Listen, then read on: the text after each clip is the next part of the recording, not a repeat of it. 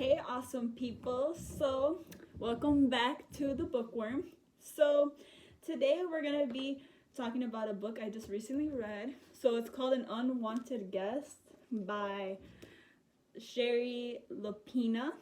So, this is the first book I read. She has written like 4 books, and 3 of them have been like New York best time sellers. So, it was pretty good. I read this in like less than a week, and I didn't think I was going to be able to do that, but she was really good. It was an easy read, and it was really enjoyable. So, today, I will be making an origami, like always, but you'll find out why. So, just a little heads up, if you're planning to read this book, I was like, I'm literally going to spoil all of it. Like, I'm going to tell you the ending, I'm going to tell you everything, because it's like a murder mystery. So basically, these people, so their names are James, Bradley. So they both work at this hotel that everyone's going to. The hotel's name is Mitchell's. Okay, so they're in charge of running the hotel. It's like family owned. So then there's Gwen and Riley, which are like girls. They're just like here trying to have like a nice girls trip to a hotel. It's nice. It's like a old-fashioned one. And it was like snowing out, so it looks really like a winter wonderland is what they call it. And then there is Matthew and Dana. Now Matthew and Dana, they're like newly like fiancés and stuff, so like, you know, they're trying to have like a romantic weekend. And then there's Ian and Lauren. So Ian and Lauren are like boyfriend and girlfriend for a couple months and stuff, so they're just trying to have a good time. And then there's David. He went alone. He's like an attorney. And yeah, he just needs like a time just to chill out. And then there's Beverly and Henry. Now, their marriage is like falling apart. So Beverly told Henry about like their weekend retreat. And he was not happy because, like I said, this resort is like an old-fashioned, like traditional hotel. So they didn't have Wi-Fi, and a lot of people go there just because of that reason. They're like, oh, we need some time away from technology, just time to work on us, you know? And that's what she was planning to do. But her husband is low-key a dick. He was so mad that there was no internet. So yeah, he was like upset and even like complained about it. And then that's when like James was like, well, it said it on our website, so he was just mad at Beverly. He's like, really? So yeah, they have a shitty marriage. And so like I said, the setting is like a winter wonderland, but then it turns into like a snowstorm. And because it was going in a snowstorm, Gwen too, when she was driving with Riley, they ended up going into a ditch. So one of the people that were gonna go to the same hotel actually helped them out and like took them to the hotel, and they were just gonna get their car towed. Or plowed or whatever that is to get it out of the ditch. So they ended up they all ended up meeting up in like the center. So there's like a big staircase. It's like really nice.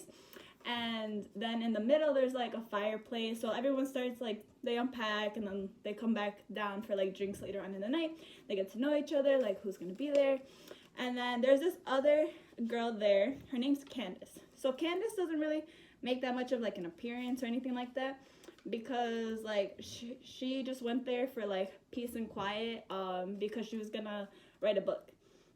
So she's just there like for dinner and like she just doesn't want to be disturbed. So then later on, after everyone like got to know each other and then they went to dinner, like everyone went their separate ways, you know, going at night. And then, you know, some people try to get a little romantic and stuff. And then that's when Beverly was like, you know what? I'm gonna surprise my husband Henry because, you know, our marriage is falling apart. So let me try to like spice things up.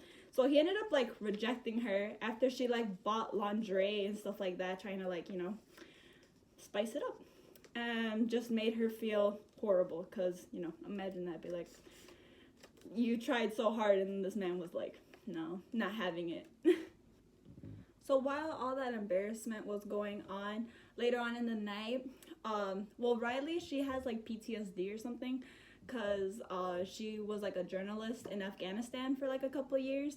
So she like seen stuff like people like dying, like innocent people, like civilians and stuff. She would write about it. So like she had like PTSD, she would like think about people like yelling sometimes, and like she was like mostly to herself. Like she was kind of like weird. Like if people didn't know that, they'll probably be like, she is weird, like she's off. So she heard screaming in the middle of the night, and like she ignored it because she thought it was probably that, and then apparently someone else heard it, but no one like got up until like later on, like early in the morning. They go down the same staircase, and apparently Lauren was the one who saw what happened, why they were screaming. So apparently at the bottom of the staircase there's Dana. So Dana, again, like I said, there's like the newly like fiancés and all that stuff. She's dead at the bottom of the staircase. So yeah, she's just dead. And then like Lauren was just like checking your pulse, and then that's when Gwen was there, and she also saw it. She's like, oh my god, like everyone like was like, there's a murder. Like, I mean, not a murder, but like there was like an accident. Like it was there. It was later on figured out, like the attorney, he's a criminal attorney, he was later on told people like, I don't think this is like an accident, like it doesn't look like it. And then everyone's like, no, like it's just an accident, like she must have just fallen down the staircase. And then they try to go about like as normal as they can, like they try to call the cops, but like I said, started snowing, so there was like a blockade of like ice, like all the snow that happened like the night before, like it's ice now, and like it's like impossible to get out of there. But they tried to call the cops, but the line was out too because it was like a really bad snowstorm. So it kind of went on around their day, and they like kept the body there because they wanted to move it, and that's when David was like, mm-mm. Then dinner time rolls around, so that's when everyone tries to like relax, like it was an accident, trying to just forget about the incident. And while that was happening, so you remember how I talked about Candace? Well, you know how she's not wanting to be interrupted and stuff? Well, she told Bradley if he could like let her know for like dinner, if he could bring like dinner to her and stuff like that.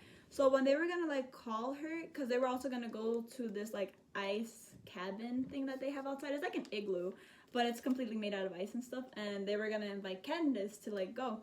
So they didn't see her. They're like, oh well, she's writing a book, so we shouldn't like really like interrupt her and stuff.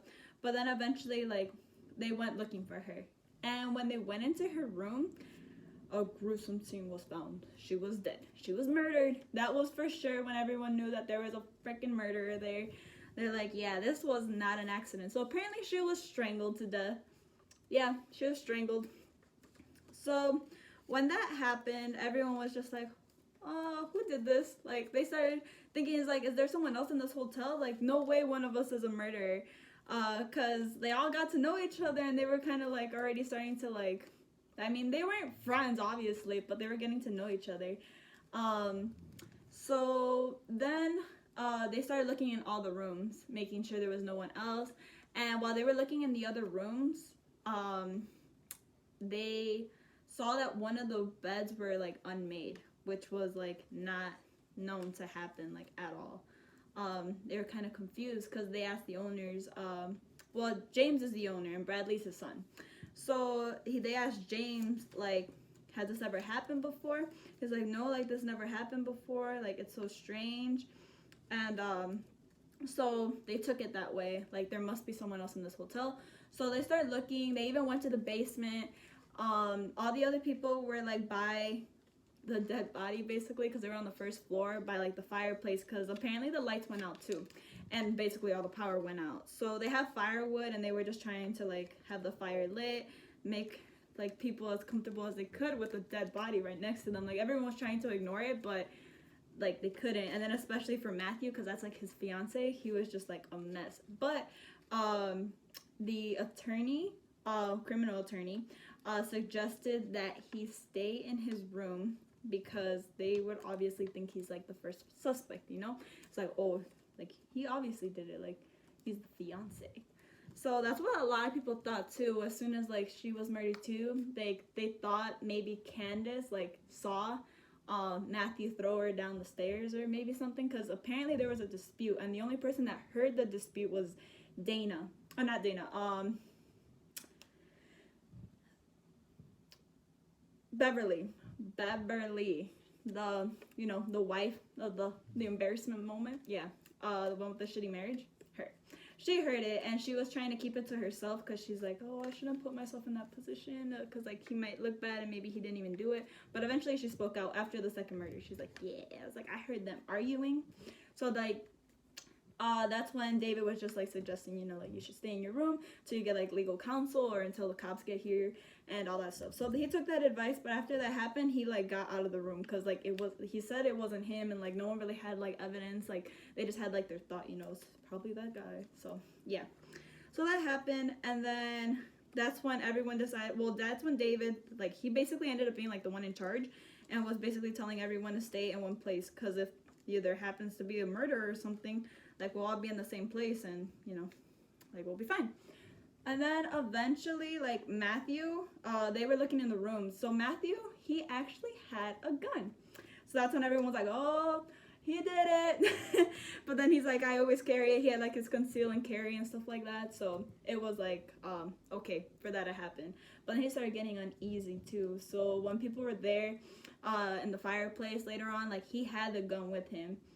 And he was just like, you know, like playing around with it. Like he just had it and he was just like twirling it. And then obviously it made people uneasy. And then like they were also drinking. Well, some of them were because they're like, yeah, I think we need to pop a bottle or something because this is a little crazy.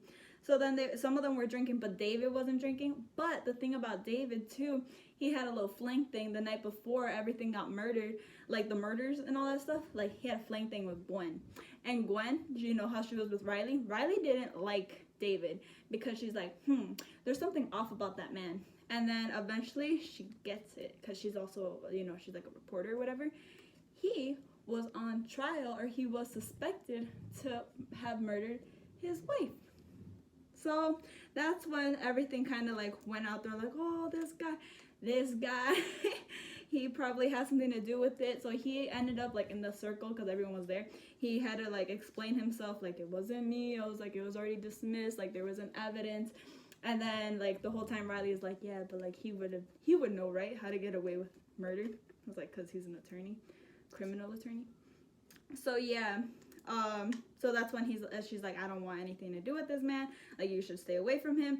But Gwen really liked him, and he really liked her apparently. So she kind of like kept trying to ignore Riley, and they like kind of got into it too because Riley was like being a little drunk. Like she was drinking wine like it was like nothing, like just popping.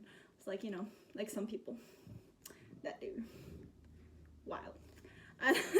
So yeah, that's basically what happened. And so then at one point Matthew got like kind of like hostile, so he went around like looking around, and then David went to go follow him, and out of nowhere they hear like a gunshot, and that's when like people are like, oh my god.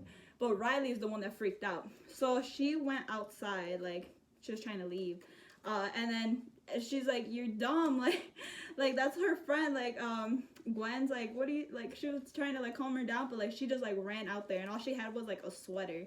And keep in mind, it was like there was a blizzard and it's cold out there. So she went, not really thinking straight. And then when that happened, like other people started following her. Well, Gwen took her jacket, and then everyone else started like following. The only people that didn't go was Henry and Beverly. Those were the only two people that stayed behind, but Ian and Lauren, they all went too, and also so did the James and Bradley. They all went. So they didn't end up finding Riley, but someone else gets murdered. So apparently Bradley, he was like a young kid. He was like in his 20s, and he was bludgeoned to death. Yeah. Someone grabbed like the shoe like cleaner, I think that's what it was, like a shoe shiner or something, and they like basically like hit him so hard that he was like immediately like dead. Like they were just a puddle of blood. And you know who found him? That's the sad part. His dad found him. Like he was just dead on the floor, well, in the snow. And then that's when David was there too, and apparently Lauren tried to like go like try to help. She's like, do something, like help him, like he's like dying. And like David wouldn't want her to like touch him or get near him. Like he was just trying to give him space with the dad, you know. James is like, that's my son. Like he was just crying hysterically. So then eventually like the guys, like they carried him inside and put him like in the igloo house. That's where they had him, all the dead bodies now. Like there's 3 of them now. So then everyone's just there at the fireplace, just like in disbelief. So the next morning, that is when the cops finally showed up. But when everyone finally woke up, they noticed like, hey, Henry's not really moving. And everyone's like, what do you mean? And then like like his wife like looked at him and started like crying, like, you know, hysterically, because she wanted to fix the marriage, but Henry was like not with it. Like she ended up finding out that he was having an affair. Like she was able to go into like his phone and figure out like he's having an affair. So she was like still wanting to forgive him, still trying to make it work, but like it wasn't gonna happen. So when she realized that he was dead, she was obviously crying hysterically. And so there was like another murder. So on top there was 4 murders on top of 12 people that were there at the hotel. And when the cops came, obviously they would talk to everybody, and at the end, like long story short, everyone thought it was Matthew because of the fiance and all that stuff, but it ended up being Lauren. Yeah, that's why I made a dress, because the murder is a girl. So yeah, so Lauren, her backstory, basically she knew Dana from the beginning. Actually she was like in a foster care, and Dana knew her, and apparently Dana knows a secret about Lauren. So basically, you know, people are in foster care, they're sometimes like they got bad anger issues and stuff. So they were like up on a roof, and then a kid was being like annoying and called her ugly, and she pushed him and he died because he fell off a roof. So then years went by, and like apparently Dana kept her secret all these years, but she was like still kind of blackmailing her in a way. So they ended up seeing each other, and the whole time Lauren was like, damn, like she can't tell Ian I started my whole life back. And yeah, she was scared that she was gonna say something to like now her boyfriend. So then when she went to go talk to her, like Lauren went to go talk to Dana, trying to like fix things up, and she agreed, and they were like just talking, and they were like at the top of the staircase. So she was the one who pushed her down the staircase, and like since she didn't die at the end of falling down the staircase, she just hit her head super hard against like the last step, and that's how David knew like it was a murder. So that's how he was telling people, like there's evidence that it doesn't look like it was, she just fell down the stairs. Like that's not how people fall down the stairs. And then with Candace, there was a note that was left inside of Lauren's book that said, I saw what you did to Candace. And then she thought it was Candace that wrote the letter or the note, because her book was right next to her, and like they could have gotten like mixed up in the library. So she thought it was her, so she strangled her and killed her. But the person that actually wrote the letter, after she like looked around because she thought she was fine, on the front desk it was the same like pen, and like the bottom part of the notebook paper that was there, it matched like the same thing. So she's like, damn, it was Bradley. So when they went out into the forest to go look for Riley, she used that perfect opportunity and killed him. So yeah, now you're wondering, why would she kill Henry, right? All right, well Henry, that dude deserved to die, because the whole time he was basically just saying that he basically hated his wife, and like he kind of hoped the murderer or murderess in this case would kill her. And then he also had a thought when they all went running and they stayed behind. While he was like fixing the fire, he's like, dude, I could just like kill her right here and then blame it on the murderer. But that's when everybody came back and like nothing happened. Well, while they were also looking through the rooms, Beverly was there, and she also found like some medication from Riley, and that's when her story came out about like the whole Afghanistan stuff. So she found some like sleeping pills, it was like sleeping pills, or it was Lauren's. She had sleeping pills too. It was Lauren's sleeping pills. So she grabbed a couple when no one was like noticing, and like her husband was drinking, and she ended up popping all those pills in his drink, and it was scotch, I think, and it's scotch, and he ended up having an overdose and he died.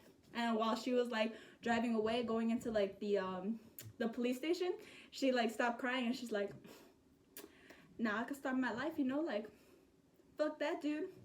So yeah, that was basically the story. So yeah, if you like this video, don't be scared to like, share, subscribe, and I'll see you next time.